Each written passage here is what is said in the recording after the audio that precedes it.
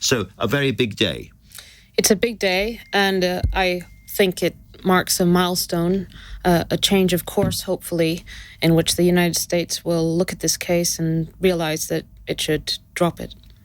When we spoke before, you were pretty clear that in the end, the death penalty remained a possibility for Julian if he went back there, despite assurances that had been given at a political level from the White House. Can you explain why, in your view, the judge agreed with you about that today? What was the legal underpinning for that? Well, actually, the basis of the permission to appeal was on the First Amendment basis.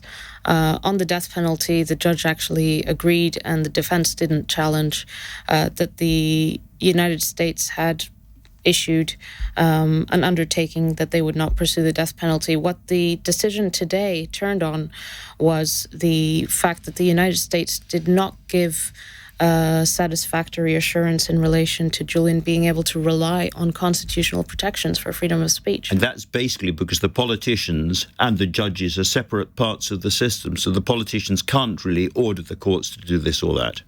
Yes, the United States said, well, we can't really issue an assurance on this because it will be up to the judge. But they also, what they didn't do was say, well, we're not going to argue that. So all they did was say, you're welcome to make the argument in court and we'll see what happens. And of course, the judges didn't like this line of reasoning, and so they sided with Julian in this case. And so what happens now? Well, a hearing will be scheduled for the coming months, and although this is a temporary reprieve for us, this is no consolation. Julian has been in Belmarsh High Security Prison for over 5 years. He's not sentenced, he's not serving, he's not convicted, he's not serving a sentence, and this has become punishment through process. This case should never have been brought, and we hope that this decision today, given that it opens up the real possibility that Julian might win this extradition case at the next stage, that the US actually decides to abandon it altogether. And if the US just said, we've tried our best, this is not going to work, and abandoned the case, would therefore he be able to be freed immediately? Yes, the only thing keeping Julian in Belmarsh in prison is the U.S. extradition request.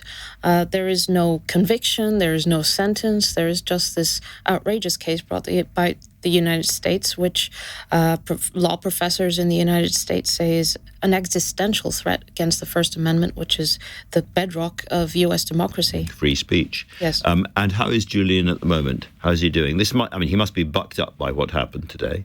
Yes, after the decision, obviously, he was extremely relieved. I was actually on the phone with him. He called me, and we were speaking, and a guard opened the door to his cell and told him that it was time to go to the yard for exercise. And I also heard the guard say, congratulations for today.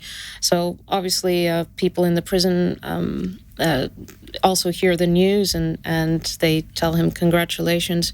But up until this point, he had had a very stressful few days. He hadn't slept at all last night. When I spoke to him before the hearing, he was very stressed. Obviously, he's under a lot of pressure.